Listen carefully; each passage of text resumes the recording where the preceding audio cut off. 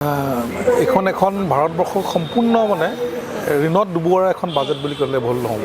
কাৰণ অলৰেডি আৰু 1 লাখ কিমান হাজাৰ টকা ধাৰ আছে, কিমান কোটি টকা, আৰু এইবাৰ সেইটো 25% বৃদ্ধি হৈছে।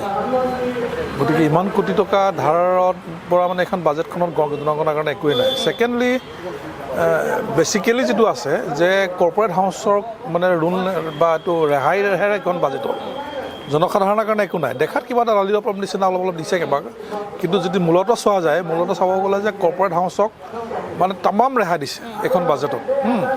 গতিকে এফালৰ পৰা হ'ল ঋণগ্ৰস্ত, ভাৰতবৰ্ষক ঋণগ্ৰস্ত কৰিবলৈ গৈ আছে একদম কমপ্লিট। আৰু যেনেকৈ ডলাৰৰ মূল্যৰ বিপৰীতে ভাৰতীয় টকা মানে কমি আহিছে, তেনেকৈ বোধকৰোঁ আৰু কেইদিনমানৰ পিছত এইখন বাজেট এটা ছিগনেল হয় যে মোৰ বোধেৰে আৰু 3-4-5 বছৰৰ পিছত ভাৰতবৰ্ষ শ্ৰীলংকাৰ নিচিনা এখন সম্পূৰ্ণ ঋণগ্ৰস্ত দেশত পৰিণত হোৱাৰ সম্ভাৱনা এইখন বাজেটে সম্পূৰ্ণ মানে ক্লিয়াৰ কৰি দিছে। গতিকে এটাটো হ'ল এইটো। আৰু আমি অসমলৈ যদি চাওঁ, আমি অসমৰ ক্ষেত্ৰততো আশা কৰা মতে এইখন বাজেটে একো দিয়া নাই। যেনেকৈ আমাৰ ইহঁতে আগতে এটা কথাটো কৈ আছিলে, হিমন্তই কৈ আছিলে বা দলকৈ কৈ আছিলে যে নিবনুৱা সমস্যা সমাধান কৰিব। তো অসমক যদি নিবনুৱা সমস্যা সমাধান কৰিবলৈ ইণ্ডাষ্ট্ৰিয়েলাইজেশ্যনটো মেইন। মোক এটা কথা দেখাই দিয়ক, বিজেপি চৰকাৰৰ বাজেটত, এইবাৰৰ বাজেটত অসমত ইণ্ডাষ্ট্ৰিয়েলাইজেশ্যনৰ কিবা কাৰণে কিবা টকা আছে নেকি? নাই। নামৰূপত এটা 4th ইউনিট বনাব বুলিতো কোৱা নাই তাত। এইটোতো 2014 চনত নৰেন্দ্ৰ মোদীয়ে কৈ আছিলে যে নামৰূপত 4th ইউনিটটো তেওঁলোকে বনাব। কিন্তু এতিয়া পইচা দিম বুলি কৈছে, তাৰ কাৰণে দিব নে বেলেগ কাৰণে দিব তাত কিন্তু কেটেগৰিকেলি কোৱা নাই। গতিকে ইণ্ডাষ্ট্ৰিয়েলাইজেশ্যনৰ কাৰণে কোনো টকা তাত ধৰা নাই। আকৌ এতিয়া এডভান্টেজ আছামৰ নামত হিমন্ত বিশ্ব শৰ্মাই যিটো হুলস্থুল কৰি আছে, তো এইটো এটা ভুৱা কথা নিচিনা লাগিছে ন। যিখন 25-26 বাজেট হৈ গ'ল, সেই বাজেটত অসমৰ কাৰণে কোনো ইণ্ডাষ্ট্ৰিয়েলাইজেশ্যনৰ কাৰণে টকা নাই।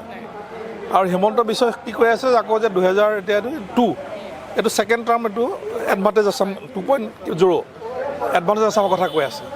তো দুটাটো নিমিলা অংক হৈ আছে, এইটো দুটা নিমিলা অংক হৈ আছে। কাৰণ যদি ইমান টকা ধৰিলেহেঁতেন, আমাৰ অসমত ইমান কৰিলেহেঁতেন, তো বাজেটততো তাৰ ৰিফ্লেকশ্যন হৈ গ'লহেঁতেন ন। কেন্দ্ৰীয় বাজেট তাৰ ৰিফ্লেকশ্যন হ'লহেঁতেন, তাৰ কোনো ৰিফ্লেকশ্যন হোৱা নাই। আৰু এডভান্টেজ আছামৰ কথাও মই ক'লোঁ যে যোৱাবাৰৰ যিটো হৈ গ'ল সোণোৱালৰ দিনত, তাৰ ৰিভিউটো কৰিব লাগিছিলে কমচে কম। তাত আমি জনাতে 1 লাখ কোটি টকা ধাৰ্য কৰা হৈছিলে, মানে এক্সপেক্টেশ্যন ইনভেষ্টমেণ্ট 1 লাখ কোটি টকা হ'ব। কিন্তু বহুত দুৰ্ভাগ্যকৰ কথা যে যিটো আজিৰ পৰা এসপ্তাহ আগতে ৰিপৰ্ট ওলাইছে, মাত্ৰ 56,000 crore হ'ল। 1%ও হোৱা নাই ন। 1 লাখ কোটি টকা এক্সপেক্ট কৰা হৈছিল, আশা কৰা হৈছিলে, তাৰ ঠাইত ইনভেষ্টমেণ্ট হৈছে মাত্ৰ 54,000। তো 54,000ৰ ভিতৰত কৈছে যে most of the investment from PSU, মানে পাব্লিক ছাৰ্ভিচ ইউনিট, ৰাজহুৱা খণ্ডৰ পৰা হৈছে, ৰাজহুৱা খণ্ডত দিছে। তো ৰাজহুৱা খণ্ডত যিটো গভৰ্ণমেণ্টৰ খণ্ড হয় ন, তো গভৰ্ণমেণ্টৰ খণ্ডতো এনেও কিবা কিবি হৈয়ে থাকে। তো সেইটোকে ইমান হুলস্থুল কৰি কেলৈ বনালে? আৰু গতিকে এতিয়া মোৰ এটা কথাটো হৈছে, এতিয়া নেক্সট যিটো কথাটো আজি পলাশবাৰীত আপোনালোকে দেখিছে খেতিয়কবিলাকে আন্দোলন কৰি আছে, হয়নে? কিহৰ কাৰণে? যে তাত এখন বাগানৰ যিটো লিজ দিছিলে 99 বছৰৰ কাৰণে শেষ হ'ব, সেইটো চৰকাৰে আদানীক দিব। মানুহবিলাকে বিচাৰিছে যে আমাক পট্টা দিব লাগে, আৰু গভৰ্ণমেণ্টে বিচাৰিছে আদানীক দিব। তো এইটো যদি এডভান্টেজ আছাম হয়, কৃষকবিলাকৰ মাটি যদি নি পেলাই যদি বাবা ৰামদেৱক, আদানীক, আম্বানীক যেনেকৈ আমাৰ ডিমা হাছাওৰ মাটি দিছে, তো সেইকাৰণে এডভান্টেজ আছামো মোৰ মতে এইটো আমাৰ অসমৰ এডভান্টেজৰ কাৰণে দিছে নে বাহিৰৰ মানুহবিলাকক লুটিপুতিবৰ কাৰণে এডভান্টেজ দিছে, সেইটো এটা সন্দেহ আছে। আৰু এটা কথাটো আছে যে আমাৰ অসমত যি কাৰণে আমি আন্দোলন কৰি আছিলোঁ ইমান দিনে, আমাৰ 6 নম্বৰ দফা, অসম চুক্তিৰ 6 নম্বৰ দফা, যিটোত আছিলে যে আমাৰ দুটাই ৰাইট ন, কালচাৰেল বুলি নহয়, যিটো মানে আমাৰ ভূমি অধিকাৰ, আমাৰ ইয়াত অধিকাৰৰ প্ৰশ্ন নাই, এইবিলাক প্ৰশ্ন যদি ছেটেল কৰা নাযায়, তেতিয়াহ'লে এডভান্টেজ আছাম কৰিলেতো আমাৰ একোৱেই নাথাকিব, আমাৰ কি থাকিব? এইখিনি আছিলে।